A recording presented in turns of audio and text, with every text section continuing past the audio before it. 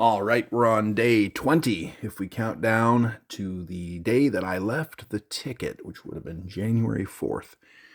Day 20 of the saga of trying to get the Neve 73, or I'm sorry, the heritageaudio 73 Junior fixed. And it's almost midnight, so we're pretty much at day 21 if you want to count from when I opened the ticket with Heritage Audio.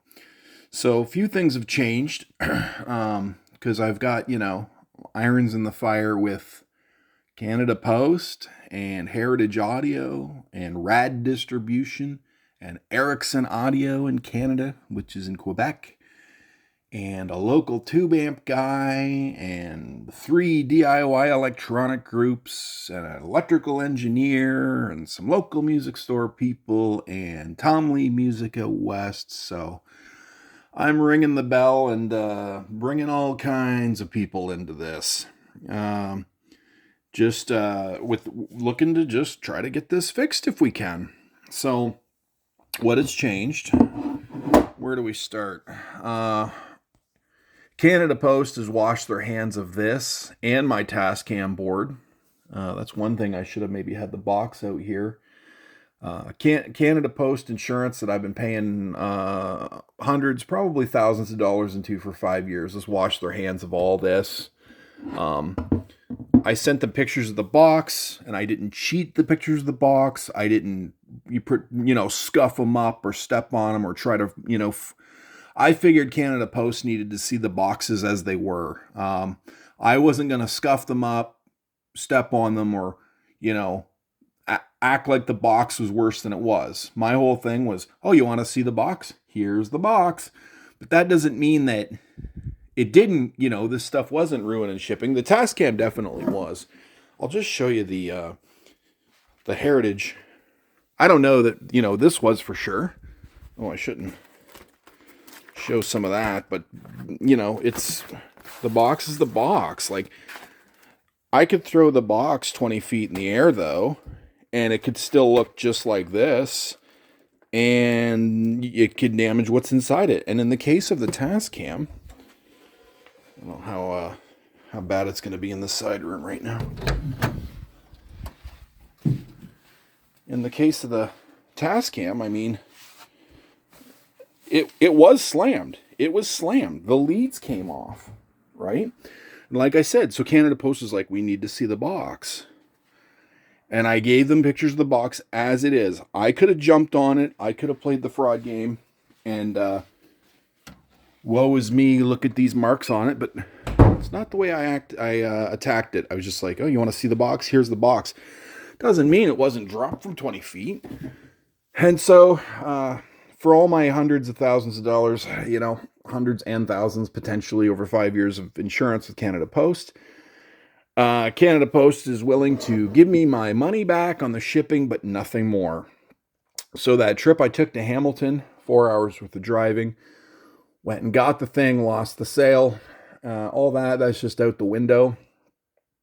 Canada Post just doesn't care. And so I accepted the money back, and I said, this isn't right, and this isn't right. Like, you should be paying for the repair, and nothing. So that's that for me. I won't be buying the Canada Post insurance any longer, and I'm sure they're heartbroken to lose my pennies as they take thousands of dollars a year in insurance. But I'll make sure I let everybody know as we go here, and that's that. So and then they said, oh, the other people won't get a hold of us.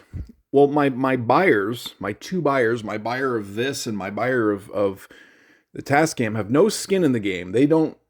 Why would they get a hold of Canada Post? They don't care. They have their money back. They don't have the product anymore, and it's Canada Post. Like, if I wasn't obligated to respond to them, I'd be, they'd be getting a middle finger back from me too. But so that's on the Canada Post front. The insurance that I've been paying for all this time, and I've always been curious about what happens when you make an insurance claim. Well, now I know it's what I always suspected. Nothing. So, and I wouldn't do it a different way either next time.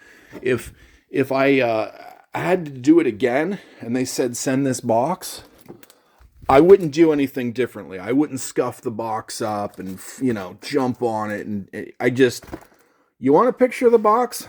There's the box. That don't mean it didn't fly 20 feet through the air, right? I gave you an honest picture of the box. So, thanks Canada Post. You suck. And again, I don't know for sure that this one was even damaged in shipping, but I'll tell you, like, I don't need to know that. All I need to know is I've got $1,000 insurance on it. And the Tascam, I know for sure it was damaged in shipping. Obviously, it was damaged in shipping. So they should have been paying for the repair at least on that one. But so that's that. Fast forward to the Heritage Audio. A high up from the Heritage Audio company got a hold of me. Way high up. It was actually somebody who some DIY guys suggested that I try to get a hold of him. Well, I don't have any executive email contacts for Heritage Audio, right? Like, so I'll just say a high up got a hold of me. He said something to the effect of, obviously you're disappointed in our company. I've seen your videos. It's like, yeah, that'd be true. I am disappointed, or at least my experience has not been equal to experience of when I got a hold of Tascam or Daking or Universal Audio or other companies for support. Like, that's the only thing I can compare it to. At this point, getting a hold of them in January 4th, and now it's the 20th and nothing's happened. I think I would have appreciated more if back on January 4th, if the guy with the ticket would have just said, we don't want to help you, or we can't help you, or we will not help you. Because that could have stopped sort of the hope, like, because now we're just like, we're traveling on hope still, right? And they were quick to point out that this is 8 years old. Well, it's for me, it's not 8 years old. It's 2 hours old. And I didn't buy it in whatever date he gave me. This serial numbers might say 8 years old, but that's not when I bought it. I bought it, I think it was 5 or 6 years ago. So it must have sat in a store for 2 years. So it just points out the fact that Heritage Audio is not only hard to get repaired, but it was hard to buy. I had to buy this from a company out west and have it shipped to me at the time. And so in my neck of the woods, it's Heritage Audio is hard to buy as well as hard to get repaired. But yeah, basically the exec basically just said, I saw your videos. I know you're disappointed with the company. It's 8 years old according to the serial number, which I already knew because the guy in the ticket said that. And he said, I'm going to see what I can do or whatever. I was like, okay, that's great. Yeah, see what you can do. But yeah, disappointed. It's like, well, it's a little unexpected for sure, though. Like I said, I would have preferred back on January 4th if your ticket guy would have just said, it's old. We don't want to help you. We can't help you. We're not going to help you. That would have been, at least then I could know to close that avenue. But I still have that avenue open. So now that higher up guy from Heritage Audio must have kicked the bird's nest over at Rad, because now I got a Rad guy come after my email going, yeah, now we're thinking about helping you. What's that serial number again? It's like, oh boy, you guys have had the serial number. You got the serial number again and again and again. I don't contact none of you without giving you the serial number, but sure. It doesn't take much to type it in again, but this is like, when you're on hold with your phone company or your internet company and they pass you to the next person. They're like, what are you calling for again? It's like, oh, the last guy didn't tell you? This is not promising. So anyway, a guy from Rad, the high up guy from Heritage must have kicked Rad in the butt. Now Rad's contacting me and they're like, what's that serial number again? And they're like, we don't usually help you. Usually Canada helps you, but I'm going to help you. It's like, well, I don't care about all that. I don't care if you help me on the moon. I don't care if you help me at the bottom of the ocean. I'm as the customer or the person receiving support, I don't need to know what your office looks like or where it is or how you're going to do it. Like, this is that's all on your side. What are you trying to make me feel like, well, we would normally get this fixed in Canada, but now we're going to do it. It's like, oh, well, don't I feel special 20 days in? Like, I don't care where you do it. What are we doing? Are you, what are we doing? And here we are, we're nothing yet. So I haven't heard back from him again yet today. So it's all very like, oh shoot, this guy's making videos, we better try to help him. But by all means, guys, don't do me any favors. Like, just tell me you don't want to help, you can't help, you're unable to help, you don't have parts. By all means, just shut it down, because I have other irons in the fire with the DIY groups and the tube amp group. The other thing that was, we've been kicking around the idea of just letting this be the mascot. We could drag this thing all over. We could take it swimming in the summer. We could take it to the beach. We could shoot it with a shotgun. We could grate cheese right here. We could bring it to quesadilla night and grate cheese with the thing, and it could just be like the dead zombie Heritage Audio mascot for the channel. It'd be like, the possibilities of this thing would be, we could make 1,000 videos of the zombie Heritage Audio module that never got fixed. So up to you guys. I mean, it doesn't have to get fixed. It could just be like a running joke if you want. So that's pretty much where we're at, is nowhere. If those guys get back to me tomorrow or the next day or next week or whatever, and they're like, send it in, I'm going to want to know, the details on that. What is the diagnostic fee? What is the bench fee? Because if it's going to cost me $500 to fix it, then I'll just stick with my DIY avenues here. At this point, in my mind, the thing is dead and not coming back. Like, I've already sort of, and like I said, like, had, January 4th, Heritage Audio would have been better just to go, we can't help you. We won't help you. We don't want to help you. It's old. We don't want to help you. And I don't know what the cutoff on gear should be. I know the Daking thing that I called about was over a decade, and they still, and they did help me, and they've helped friends of mine too. If you go on Gear Space, they're still helping people. And, you can't keep something alive forever. But if your heart's into it, if you love this gear as much as the customers, then you will. You'll want it to be alive. If I made this, oh my God, there's no question. I've got electronics that I've engineered up in museums right now. I've not seen the stuff for 15 years. But I'll tell you, if they called me and said, hey, that thing you made 15 years ago isn't working, you want to bet I'd be on my way up with a soldering iron, because I love to do it.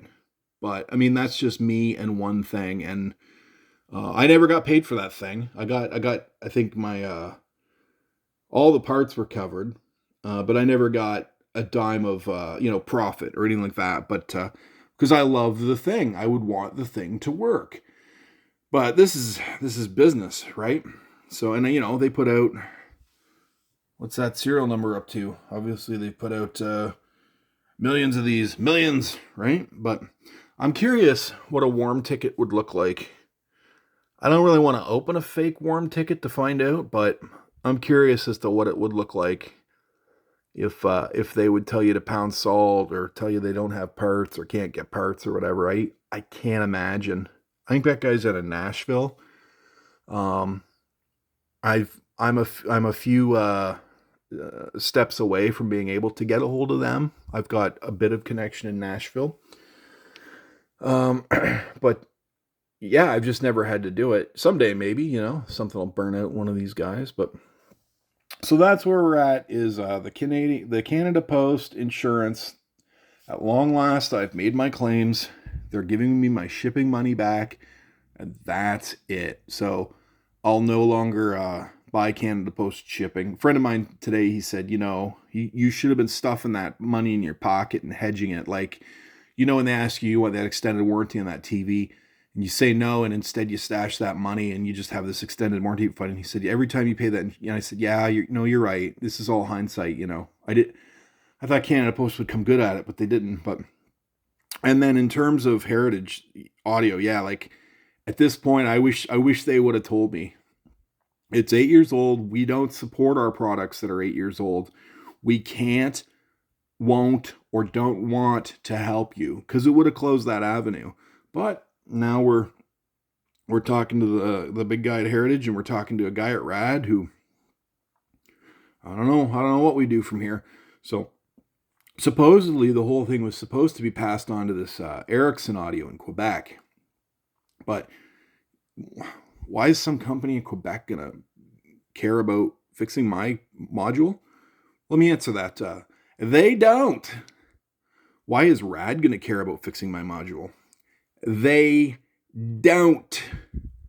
You know, you got to go back to the source. You got to go back to the company, the people that had the passion enough to design, engineer, and roll this thing out. Like blood, sweat, and tears went into rolling this out at one point. This was somebody's passion, and I just don't know why you wouldn't want to see it repaired. I'm just a different kind of a guy, I guess. I just like I've got servers out in the world and I've got software out in the world. I've got software from the year 2005. And if people called me and said, "Can we get this doctored up?" I'd be like, "Heck yeah, I made that.